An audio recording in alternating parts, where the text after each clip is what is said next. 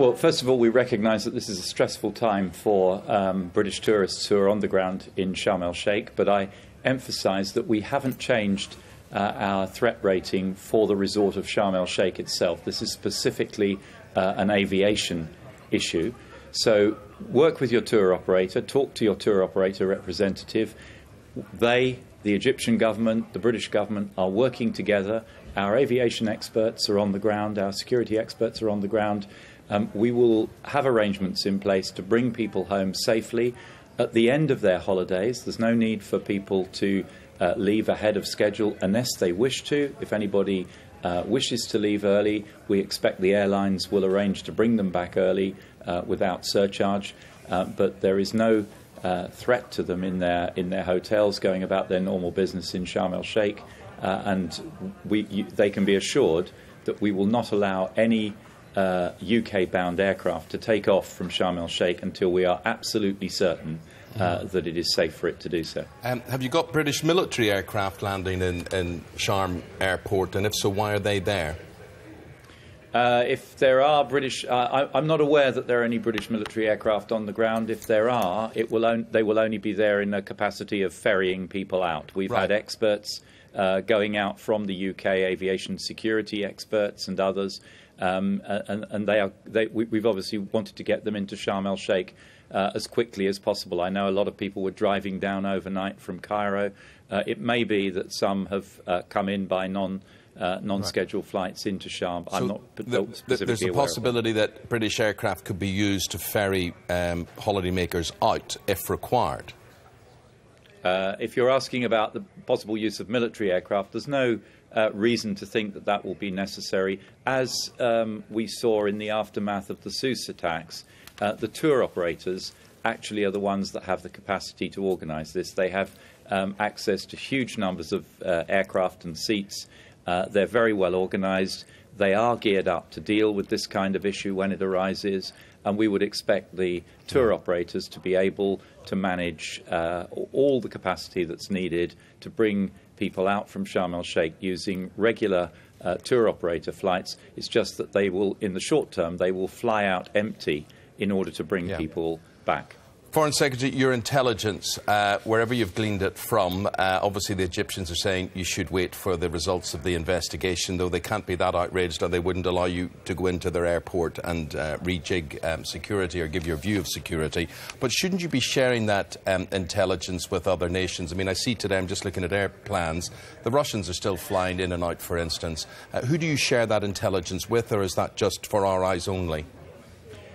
Well, I said earlier that the decisions we've made are based on a review of all the information that's available to us. Now, some of that information is sensitive intelligence, and I can't talk about sensitive intelligence, and obviously there are restrictions on how we can make that available. What we do, though, is share our conclusions with all our partners, and I expect during the course of today you'll see other partners reviewing the situation, looking at the information picture as we have done, and reaching conclusions. Now, you use that word conclusions. Is it your conclusion, and can you share that with us, that ISIS is behind this? Well, ISIL Sinai have claimed responsibility for bringing down the Russian aircraft. They did that straight away after the crash. We've looked at the whole information picture, including that claim, but of course lots of other bits of information as well, and concluded that there is a significant possibility. I can't put it stronger than that. Of course, as you said earlier, there will eventually be a conclusive finding on this when the investigation is complete. The wreckage has all been collected and examined. But in the meantime, you must believe that that is a credible claim, or you wouldn't be doing what you're doing. We believe there's a significant possibility that the aircraft could have been brought down by an explosive device on board. And we can't wait for the outcome of the inquiry, which will look at all the wreckage and everything. We've got to take action now because large numbers of British tourists are flying in and out of Sharm el-Sheikh. 3,500 British tourists were due to go out to Sharm today. And in those circumstances, we've had to make a decision, and we have to err on the side of caution because whenever there is a threat to British lives, the safety of British nationals. We will always act, even though we recognise that creates disruption and inconvenience. It creates an impact on the Egyptian tourist economy. We have to act where there's a threat, a credible threat to British nationals, and we've done so. So I get that, but for the people, and we've been speaking to holidaymakers this morning, I mean, they're genuinely left in the lurch. Some people, their holiday is coming to an end. That's it. They don't have the money. They don't have the resources. They've got to go and sit in the airport. Do you have any sort of rough time scale as to how long this flight ban and curfew will last? Yes, there's two stages to this process.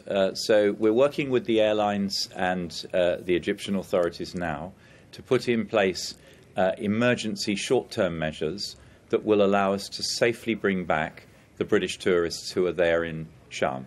We expect those to be in operation by tomorrow, so that people whose flights were due out yesterday or today should start to move out tomorrow. And those emergency measures will remain in place as we bring out the British tourists who are currently in Sharm el-Sheikh over the next week or 10 days.